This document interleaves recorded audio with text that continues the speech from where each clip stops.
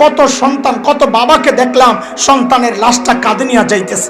আরে কে জানে এই মজলিসে এমন কেউ থাকতে পারে যার খবর নাই, ও বসে আছে এখানে কিন্তু আর কাফনের কাপড়টা চলে আসছে দোকানে।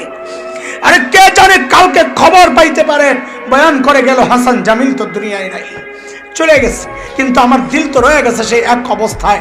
দিল তো ওই কান্দাই রয়ে গেল, দিল তো ওই নাপাক রয়ে গেল। অবস্থা কি? আরে ভাই বলেন না, বলেন ওই মালিকের নাফরমানি আর কতকাল চলবে? কবে কলবের মেহনত শুরু হবে? ওই মালিকের নাফরমানি আর কতকাল চলবে? আরে কোন মালিক, যে মালিক আমাকে আপনাকে এত ভালোবাসেন, কত ভালোবাসেন, কত, আরে কিভাবে বলবো, তুমি বুঝো না কত ভালোবাসেন। হ্যাঁ, একটা উদাহরণ দেই না, ভালোবাসার কারণটা বুঝায়া দেই। এই দুনিয়ার মধ্যে সবচেয়ে বেশি ভালোবাসেন কে?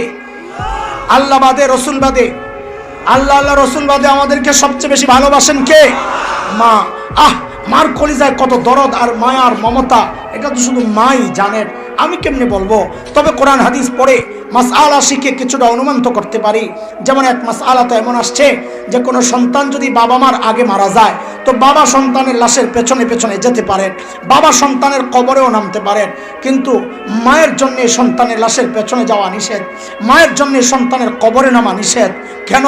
দুনিয়ায় এমন কোনো মা নাই যে সন্তানকে দাফন করার জন্য কবরে নাই মা, সন্তানকে দাফন করে সুস্থ অবস্থায় উপরে উঠবেন এমন কোনো মা নাই, নিজ লাশ হয়ে সন্তানের সাথে শুয়ে পড়বে।